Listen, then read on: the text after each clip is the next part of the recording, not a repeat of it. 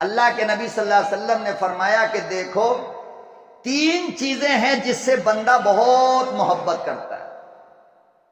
3 چیزیں ہیں جس سے بندہ بہت محبت کرتا ہے، لیکن وہ ان میں 3 میں 2 بڑی بے وفا ہے، بہت بے وفا ہے، بہت دھوکے باز ہے.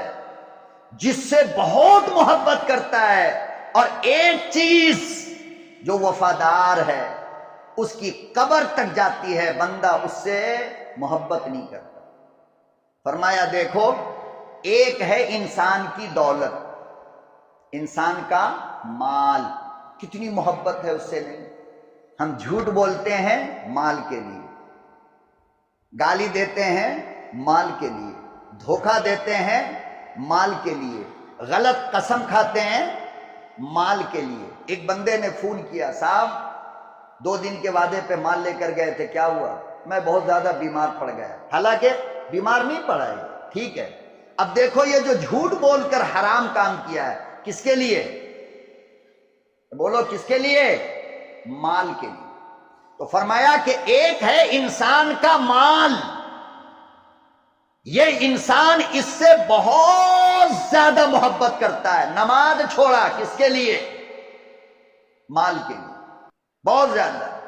فرمایا کہ جب انسان دنیا سے جاتا ہے نا، تو سب سے پہلے یہ مال اس کا ساتھ چھوڑ دیتا ہے. کیا یہ صحیح ہے یا غلط ہے؟ بولو صحیح ہے غلط ہے؟ یہ میرے نبی نے جو کہا وہ صحیح ہے نا. سب سے پہلے ساتھ کون چھوڑتا ہے؟ ادھر باپ کی روح نکلی اور ادھر بیٹے کا ہاتھ باپ کے پینٹ کے جیب میں گیا. موبائل میں لوں گا، پیسہ میں لوں گا، گاڑی کی چابی میں لوں گا، مرسڈیز کی چابی میں لوں گا، خزانے کی چابی میں لوں گا. ابھی روح نکلی اور مال نے ساتھ. کسی بندے کے ساتھ روپیے کا 1 سکہ بھی گیا ہے قبر میں؟ بولو نا، گیا نہیں نا. تو اللہ کے نبی نے فرمایا کہ سب سے زیادہ جس سے بندے نے محبت کیا وہ تھا مال. اور ایک عجیب بات میرے بھائی یہ ہے، کسی عورت سے محبت ہو جائے تو بندہ کبھی نہ کبھی توبہ کر لیتا ہے، اسے چھوڑ دیتا ہے. لیکن مال سے محبت ہو جائے تو خدا کی قسم یہ موت تک نہیں جاتی، موت تک. جبکہ پتہ ہے 70 سال کی عمر ہو گئی یار، پکا ہوا آم ہے، کب ٹپک کر زمین پہ گر جائے گا معلوم نہیں. اس کے باوجود بیٹھا بیٹھا موبائل میں حساب کتاب، یہ وہ فلانا ڈھکانا. ارے بابا، اب تو تمہاری عمر یار یہ تھی کہ تم مسجد میں اعتکاف میں بیٹھ جاتے اللہ کا قرآن کھول کر کے. موت کا فرشتہ جب آتا تو آخری مرتبہ تمہاری نظر اللہ کے قرآن پہ ہونی چاہیے. اب کیا رہ گیا؟ بولو. ارے بال بچے ہیں، آل اولاد ہیں، کاروبار مال وال کا حساب کتاب ان کے حوالے کرو. اب تم اس کے پیچھے کیوں پڑے ہو؟ لیکن یہ ایسی محبت ہوتی ہے جو موت کا فرشتہ بھی کھڑا ہو اس وقت بھی دل سے نکلتی نہیں. وہ دولت دولت مال مال مال مال کرتا کرتا ہی جاتا ہے. اور جہاں روح نکلی تو سب سے پہلے کس نے ساتھ چھوڑا؟ مال نے. فرمایا کہ دوسری چیز اس کے خاندان ہے جس سے بڑی محبت کرتا ہے، بیوی بچے.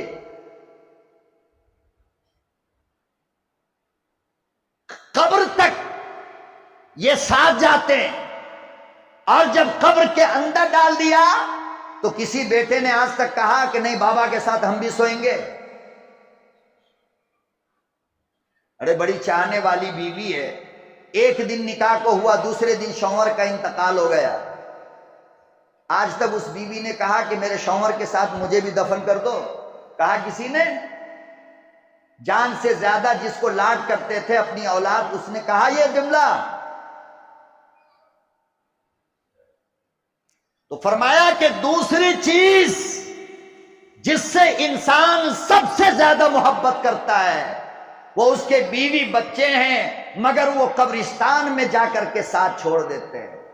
اور فرمایا کہ جس کے ساتھ انسان سب سے زیادہ بے وفائی کرتا ہے وہ اس کا نیک عمل ہے، جو اس کے ساتھ اس کے قبر تک جاتا ہے۔ کہاں جاتا ہے؟ بولو بھائی، 2 رکعت نماز پڑھا نفل، تیرے ساتھ گئی نہیں گئی قبر تک، اور قبر تک نہیں، یہ 2 رکعت تیری نفل اللہ کی عدالت میں وکیل بن کر کے کھڑی ہو جائے گی۔ اللہ میاں میں اسے جہنم میں نہیں جانے دیتا، میں اس کی نفل ہوں۔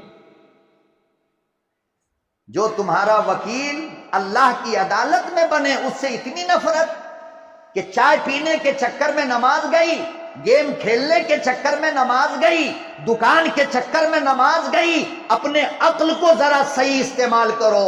جو تمہاری قبر تک جانے والی چیز ہے، جو تمہاری حشر تک جانے والی چیز ہے، جو رب کی عدالت میں تمہاری وکالت کرنے والا عمل ہے، اسے مت چھوڑو،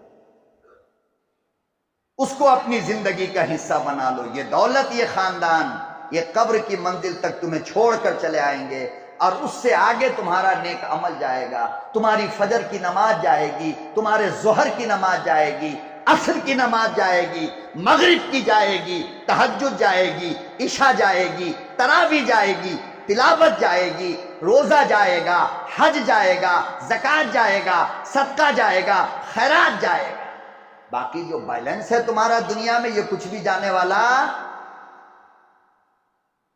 حدیث میں آتا ہے کہ قبر میں جب موت کا فرشتہ آئے گا تو لکھا ہے کہ اوپر سے نماز ایسے آ کر کے کھڑی ہو جائے گی میت کے اوپر، ڈھال بن کر،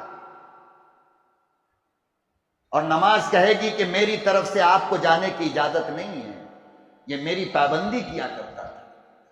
لہذا فرشتے کو یہ کہنا پڑے گا کہ تم سہاگ رات کی دلہن کی طرح سو جاؤ، تم کو صرف اللہ جگائے گا، اس کے سوا کوئی نہیں جگا سکتا۔ میرے محترم بزرگوں اور دوستو، نماز چھوڑنا یہ منافقوں کا طریقہ ہے۔ مشرک نماز نہیں پڑھتا ہے، کافر نماز نہیں پڑھتا ہے، مسلمان نماز چھوڑ ہی نہیں سکتا۔